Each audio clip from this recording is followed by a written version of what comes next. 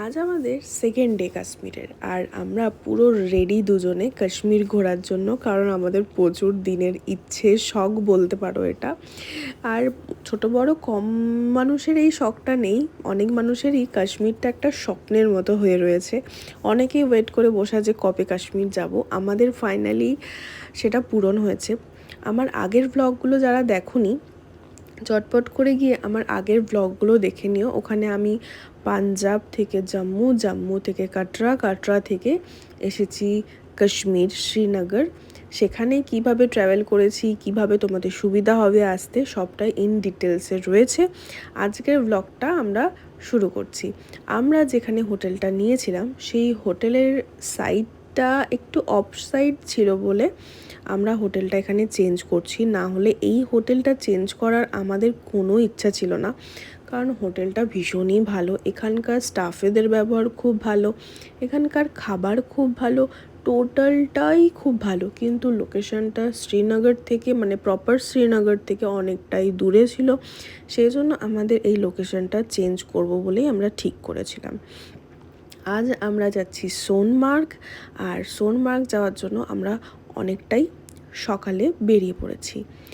আর যতটা পারবে তোমরা সোনমার্গ বা গুলমার্গ যেখানেই যাও না কেন, একটু সকাল সকাল বেরোনোর চেষ্টা করবে, তাহলে কিন্তু রাস্তায় জ্যাম খুব একটা পাবে না। আমরা যে হোটেলটায় ছিলাম সেই হোটেলটা নাগিন লেকের কাছে ছিল, আর নাগিন লেকটা ডাল লেকের থেকে অনেকটাই দূর। সেই জন্য কিন্তু আমাদের আসা যাওয়া করতে প্রপার শ্রীনগরে প্রচণ্ড প্রবলেম হচ্ছিল। আর এখানে আমার হাতটা ভালো করে খেয়াল করো, হাতটা পুরো সাদা হয়ে গেছিলো ঠান্ডাতে। এখানে খুবই ঠান্ডা, খুবই ঠান্ডা ছিল এই টাইমটাতে। আর হালকা হালকা একটা বৃষ্টি পড়া শুরু হয়েছিল, যে বৃষ্টিটা কিছুক্ষণ পর স্নোফলে পরিণত হয়ে গেছিলো। আমার লাইফে এটা ফার্স্ট টাইম বরফ দেখা। এর আগে আমার কোনো বরফের এক্সপিরিয়েন্স নেই, বাট আমার হাজব্যান্ডের এর আগে বরফ ও 1-2বার দেখেছে, বাট এটা আমার কাছে ফার্স্ট টাইম। তাই আমি খুব এক্সাইটেড ছিলাম বরফ দেখবো বলে। আর সবারই একটা হয় না যে স্নোফল হবে, বরফ দেখবো, এরকম একটা আমি ভাবছিলাম। কিন্তু এখানকার যারা লোকালসরা ছিল তারা বারবার, তাদের সাথেই কথা হচ্ছিল আর কি, তারা বলছিল যদি স্নোফল হয় তাহলে অনেক প্রবলেম হতে পারে, স্নোফল না হলেই ভালো, স্নোফল হলে অনেক রকম ইস্যু হয়। আমি মনে মনে ভাবছিলাম এরা এত স্নোফল দেখেছে বোধহয়, সেই জন্য এরা বলছে যে স্নোফল না হলেই ভালো হয়। বাট আমার তো তখন আমি ঠাকুরকে জাস্ট প্রে করছিলাম যে ঠাকুর প্লিজ, আমার ফার্স্ট টাইম, আবার কবে আসবো আমি জানি না, প্লিজ যেন একটু স্নোফল হয়। স্নোফল হলে খুব ভালো হয়, কারণ তোমরা অনেকেই কম বেশি রিলসে দেখে থাকবে বা ভিডিওতে দেখে থাকবে, আমরা যে সময় গেছি তার 1 সপ্তাহ আগেও কাশ্মীরে এত বরফ ছিল না। আমরা যে সময় গেছি তার 2-1 দিন আগে বরফ পড়েছে। আর কাশ্মীরে তখন বরফ আর কি দেখতে পাচ্ছ তোমরা। নর্মালি আমরা খুবই টেনশনে ছিলাম যে শীতকালে যাচ্ছি কারণ বরফ দেখবো বলে। নাহলে কাশ্মীরের 3-4 রকমের সিজন হয়, ফুলের সিজন হয়, গাছের সিজন হয়, ফলের সিজন হয়, আর বরফের সিজন হয়। তো অনেকে অনেক রকম টাইপের সিজনে যেতে পছন্দ করে, বাট আমরা যেহেতু বরফটাই মেনলি দেখতে চেয়েছিলাম, সেই জন্য আমরা চেষ্টা করেছিলাম যে যেন যেভাবেই হোক বরফটা যেন দেখতে পাই। বাট যখন আমরা যাচ্ছি তখন আমরা রিলসে দেখছি যে বরফ পড়েনি, বরফ নেই, চারিদিকে মাঠ হয়ে আছে, কোথাও বরফ নেই। তখন খুব টেনশন ছিল। বাট যখন আমরা দেখলাম যে আমরা যাওয়ার 2 দিন আগে বরফ পড়তে লেগেছে, আমরা খুবই একটা আবার এনার্জি আর কি ফিরে পেলাম বলতে পারো। কারণ যেটার জন্য যাওয়া সেটাই যদি না পাই তাহলে মন খারাপের থেকে আর কি যে বেশি হবে সেটা বলার নেই। তারপরে আমরা পৌঁছে গেলাম ফার্স্ট স্টপেজ, যেখানে আমরা গাড়ি ঠিক করব। আর সবাইকেই বলে রাখি, শ্রীনগর থেকে যে গাড়ি আমরা করে থাকি না কেন, সেই গাড়ি আমাদের একটা পয়েন্ট অবধি ড্রপ করবে। মানে সেটা শ্রীনগর থেকে সোনমার্গের একটা পয়েন্ট, আর গুলমার্গও একটা পয়েন্ট রয়েছে যেখানে তারা আমাদেরকে ড্রপ করবে। তারপরে এখানকার লোকালসদের গাড়ি নিয়ে আমাদেরকে চলে যেতে হবে প্রপার সোনমার্গে। আমরা শ্রীনগর থেকে ফার্স্টে সোনমার্গে যে পয়েন্টে গাড়ি করে উঠবো ওপরে, সেখানে আমরা পৌঁছে যাই। আর যখন পৌঁছাই তখন মোটামুটি হালকা বৃষ্টি হচ্ছিল, কিন্তু যত ওপর দিকে যাচ্ছিলাম ততই স্নোফল বেড়েই চলেছে। মানে কোনোভাবেই স্নোফল কমার কোনো ব্যাপার নেই। কিন্তু যখন স্নোফলটা হচ্ছিল আমাদের খুব ভালো লাগছিলো যে বাইরে বরফ পড়ছে, ফার্স্ট টাইম স্নোফল দেখছি। কিন্তু পরে জানলাম যে স্নোফল হলে প্রচুর প্রবলেম হয়, গাড়ি স্লিড করে, তারপরে প্রচুর অ্যাক্সিডেন্ট হয়। আর আমাদের সাথেও ভীষণ একটা বড় অ্যাক্সিডেন্ট হতে হতে আমরা বেঁচেছি। মানে জাস্ট টাক করে গিয়ে টাক করে বাপাস এসছি, একটা ডায়লগ ছিল না, সেরকম টাইপের একটা ব্যাপার হয়ে গেছিলো আমাদের সাথে। তো এই ভিডিওটা কি হয়েছিল না হয়েছিল সেটা আমি নেক্সট পার্টে তোমাদের সাথে শেয়ার করব। আমরা কীভাবে আর কি মানে সিচুয়েশানটা থেকে বেরিয়ে এসেছি সেটা তোমরা নেক্সট পার্টেই দেখবে। আর আমাদের আজকের পুরো ট্যুরটা কিন্তু সোনমার্গের ওপরেই হচ্ছে। আর আমরা আস্তে আস্তে এখন ওপর দিকে যাচ্ছি, আর ততই বরফ বেড়ে চলেছে চারিদিক দিয়ে, যেন মনে হচ্ছে হাওয়া গালের এফোর ওপর হয়ে যাচ্ছে, এতটা ঠান্ডা ছিল সেই সময়। আর এখানে আমি আরেকটা কথা বলতে ভুলে গেছিলাম, গাড়ির ব্যাপারটা।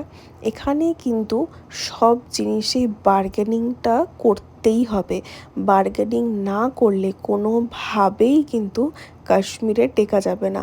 হয়তো যেখানে 5,000 খরচ হওয়ার কথা সেখানে হয়তো 25,000 খরচ হয়ে গেছে, এরকম টাইপের জায়গা হচ্ছে কাশ্মীর। যদি কেউ বলে 100 টাকা দাম, সেটাকে বার্গেনিং শুরু করতে হবে যা বুঝলাম 50 থেকে, তবে গিয়ে যদি একটা ঠিকঠাক প্রাইসে জিনিস পাওয়া যায়। এখানে ভীষণ বার্গেনিংয়ের ওপরেই সব কিছু চলে। তবে হ্যাঁ, বেশি ট্যুরিস্ট থাকলে খুব একটা বার্গেনিং হয় না, তবে যথেষ্ট চেষ্টা করবে বার্গেনিং করেই কাজ করার, না হলে কিন্তু এখানে প্রচুর টাকা খরচ হতে পারে। আর তোমাদের ইনফরমেশনের জন্য জানিয়ে দিই, আমরা কিন্তু কোনো ট্যুর অ্যান্ড ট্রাভেলসের সাথে আসিনি। আমাদের পাঞ্জাব টু কাটরা, কাটরা টু কাশ্মীর পুরোটাই আমাদের নিজস্ব ভাবে আমরা এসেছি। আমরা প্রচণ্ড পরিমাণে ভিডিও দেখেছিলাম যে কোথায় কিভাবে কি করতে হয় না করতে হয়, তো সেইভাবেই আমরা প্ল্যান করেছি, সেইভাবেই সবটা ঠিক করেছি। শুধুমাত্র আমাদের শ্রীনগরের যে গাড়িটা দেখছো, সেই গাড়িটা আমরা শুধু আগে থেকে প্যাকেজে বুক করেছিলাম, যে একদিনে শ্রীনগর, একদিন গুলমার্গ, একদিন লোকাল সাইট সিন শ্রীনগরের, আর একদিন পেহেলগাঁও। এই 4 দিনের টোটাল আমরা বুক করেছিলাম, যেটা আমাদেরকে পিক করেছিল হচ্ছে কাটরা থেকে আর ড্রপ করেছিল এয়ারপোর্টে, শ্রীনগর এয়ারপোর্টে। তো এইভাবে আমরা এটাকে বুকিং করেছিলাম। আর আমরা একদিন মাঝে লাস্ট দিন আমরা হাউস বোটে স্টে করেছিলাম, সেই ভিডিওটাও তোমাদের সাথে শেয়ার করব। তো কোথায় কত কি খরচ হতে পারে, কতটা খরচ হওয়াটা ঠিক, পুরোটাই তোমাদের সাথে শেয়ার করব। তো ভিডিওগুলো অবশ্যই দেখতে থেকো। আজ আমাদের ফার্স্ট দিন, যেদিন আমরা কাশ্মীরের ট্যুর শুরু করলাম আর কি বলতে পারো। আমরা আজকে শ্রীনগর থেকে চলে এসেছি সোনমার্গে। আর এখানে বরফ দেখে তো তোমরা বুঝতেই পারছো অবস্থা কতটা খারাপ। আমরা জাস্ট খুব আস্তে আস্তে হাঁটছি, খুবই স্লিপ কাটছে, একদিকে তো বরফ পড়ছে আর একদিকে পায়ের তলায় বরফ, মারাত্মক স্লিপারি জায়গা। তারপরে এখানে আমরা স্নো বুটটা ভাড়া করে নিয়েছিলাম। স্নো বুট আর স্নো জ্যাকেট এখানে ভাড়া করতে হবে, না হলে কিন্তু নর্মাল জুতোতে প্রবলেম হবে, আর নর্মাল সোয়েটার তো পুরোপুরি ভিজেই যাবে। তো আমরা এখানে ভাড়া করে নিয়েছিলাম। যতদূর সম্ভব আমাদের দুজনের টোটাল সব কিছু নিয়ে 800 টাকা থেকে 900 টাকার ভেতরে হয়ে গেছিলো। আরও বার্গেনিং করা যায়, বাট যেহেতু ওই যে বললাম প্রচুর লোকজন থাকলে ওরাও দাম কমাতে চায় না, না হলে এগুলো নর্মালি জুতো আর স্নো জ্যাকেট পার পারসন 300 করে নিলে ঠিকঠাক হতো। ওখানকার যে আমাদের ড্রাইভার ছিল সে আমাদেরকে মোটামুটি একটা বাজেট নলেজ দিয়ে দিচ্ছিল। আর এই যে আমরা মোটামুটি এখন পাহাড়ের ওপরে উঠে পড়েছি, আমরা এখানকার স্নো বাইক করেছিলাম, আর বাইকে করে আমরা ওপরে এসেছিলাম। আমাদের এখানে অবস্থা খারাপ হয়ে গেছিলো পুরোপুরি, মানে ঠান্ডায় রীতিমতন আমার গাল নাক দেখে তো বুঝতেই পারছো। এখানে কোনো রকম ব্লাশারের দরকার নেই, এখানে অটোমেটিক্যালি গাল নাক পুরো লাল হয়ে যাচ্ছে, এতটাই ঠান্ডা। আর সেরকমভাবেই বরফ পড়ছে। যখন শ্রীনগরের থেকে বেরিয়েছি তখনও এতটা ঠান্ডা আমরা পাইনি, বাট এখানে তো মারাত্মকই ঠান্ডা। তারপরে ওখান থেকে আমরা নেমে আসলাম, আর যেখানে আমাদের গাড়িটা রাখা ছিল তার কাছেই একটা চায়ের দোকান ছিল। তাঁবু টাঙিয়ে একজন বসেছিল কাশ্মীরি, তো তাদের কাছ থেকে আমরা চা খাবো বলে ঠিক করলাম আর চলে এলাম চা খেতে। চাটা দেওয়ার সাথে সাথেই কীরকম যেন গরম চাটা হঠাৎ করে ঠান্ডা হয়ে গেল। আমি তো মানে এক চুমুকেই পুরো চাটা খেয়ে ফেললাম, এতটাই গরম চা ছিল, ততক্ষণেই ঠান্ডা হয়ে গেল। আর তোমরা গাড়ির কাছটাতে খেয়াল করবে কিভাবে বরফ জমে গেছে, তাহলেই বুঝে নাও যে আমাদের কি অবস্থা হচ্ছে। আমরা যে গাড়িটা করে সোনমার্গের পয়েন্ট থেকে ওপরে সোনমার্গ অব্দি এসেছিলাম, এবার সেই গাড়ি করেই আমরা নিচে যাব সোনমার্গে, যে পয়েন্টে আমাদের শ্রীনগরের গাড়ি ওয়েট করছে সেখানে। আমাদের সেখানেই ড্রপ করবে উনি। আর এখানকার প্রত্যেকটা মানুষই খুবই ভালো, এখানকার বিহেভিয়ার খুব ভালো প্রত্যেকটা মানুষের। আর এখানকার ট্যুরিস্টদের সাথে বিহেভিয়ার এনারা খুবই ভালো করেন, কারণ এই পুরো ব্যবসাটাই ট্যুরিস্টদের ওপরে ডিপেন্ড করেই কিন্তু কাশ্মীরের।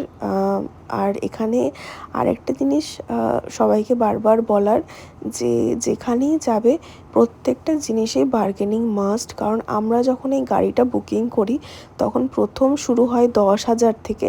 আমরা তো প্রথমে শুনেই ভাবি যে 10,000 টাকায় শুধু সোনমার্গে ড্রপ করবে, 2 কিলোমিটার রাস্তা, মানে বিশাল ব্যাপার।